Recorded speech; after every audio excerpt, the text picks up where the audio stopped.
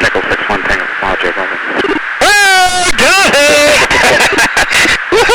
Are we living in a world of science fiction or science fact? Today, with the Pentagon report firmly in our minds, what we think of as fiction from books in Hollywood may be real solid facts. Reaction to the Pentagon's UAP report, Part 2, Episode 5.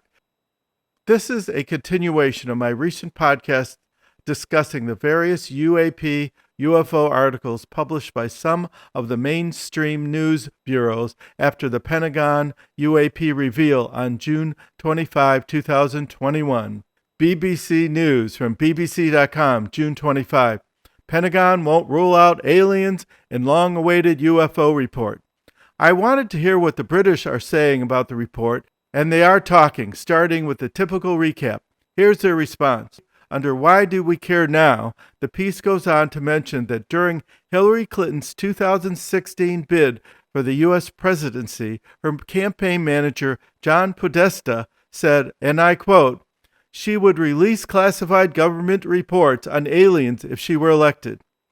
In an interview last year with President Trump, Mr. Trump said he would not disclose classified UFO information learned even to his family. And as we all know, Hillary lost to Donald Trump. However, the Donald was instrumental in getting the Pentagon report out. Yay, Donald! One last note. The BBC article mentioned the former head of the Israeli space program, Hiam Eshed, who claimed that the United States and Israel had signed an intergalactic treaty with extraterrestrials, and that Mr. Trump was going to reveal their contact with aliens, but backed out for fear of causing mass hysteria. BBC News said, and I quote, the far-fetched statement has not been confirmed by man or Martian. I thought that was very funny. Space.com, June 28 and July 5. In Space.com's June 28 report, they say the U.S. Department of Defense categorized the Navy's contact with UFOs as bizarre encounters with military ships and F-18 fighter jets. Then they shockingly cited some senior officials who have seen the classified report, saying the information isn't suitable for the public. In my mind, it means the truth could cause mass panic. My reference is to Orson Welles' 1938 live science fiction radio drama, The War of the Worlds, a classic novel by H.G. Wells. The live broadcast on Halloween Eve actually caused panic in the U.S. The Space.com story then continues with statements from scientists, UFO investigators, and skeptics. The astronomer Andrew Fracknoy said the media has often made sensational claims that dim lights in the sky are from extraterrestrials, or science writer Mick West, a UFO skeptic, as previously mentioned, says they could be mirages from radar systems or even drones in the night sky. Definitely a real possibility, unless you're a Navy pilot chasing a 40-foot-long tic-tac seen with two eyes through the jet's cockpit windows, then shooting upward and tracked at thousands of miles per hour.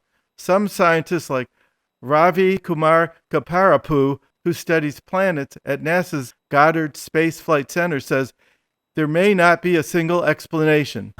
Avi Loeb, astrophysicist at Harvard, says not to depend on past UFO reports, but we should use our latest scientific instruments and search for unusual radio signals at the reported UFO sites. They also mentioned George Knapp, who is an investigative journalist out of Las Vegas at KLAS-TV and has reported on UFO encounters since the late 1980s. When he was asked what he'd expect in the report, he said that you won't get much, and he was right. And in a July 7 Space.com article, one eye-opening statement stands out. They said, and I quote, it was a stunning reversal of military attitudes about the subject. The Hill, Washington, D.C. An opinion article in The Hill by contributor Mark Whittington, published on July 4, entitled Are UFOs from Outer Space?, offers a slightly different take on the report. As with other stories, Mark summarizes the Pentagon's report, but then jumps right into the effects it may impart on the public.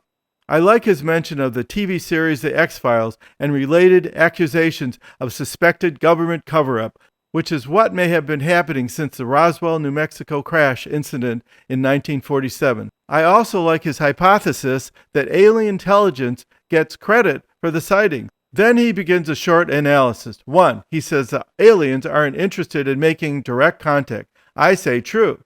2. They aren't landing on the White House lawn. I'd say that's obvious.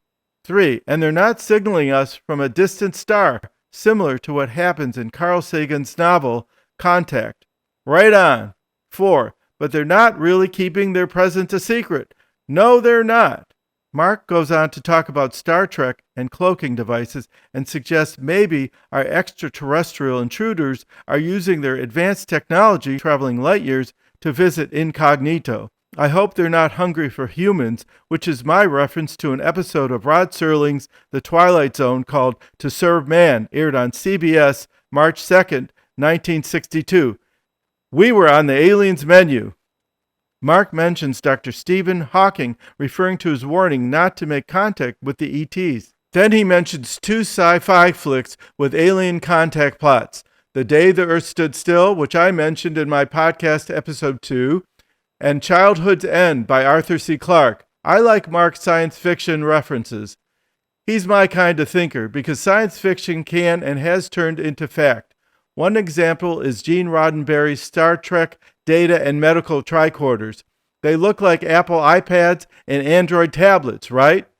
Mark ends by saying the ETs will likely make themselves known in Boca Chica, Texas, which happens to be home base for Elon Musk's SpaceX. Elon will likely greet the aliens with a few dry jokes and a free Tesla truck. Has anyone seen Elon hosting Saturday Night Live? I thought he was funny.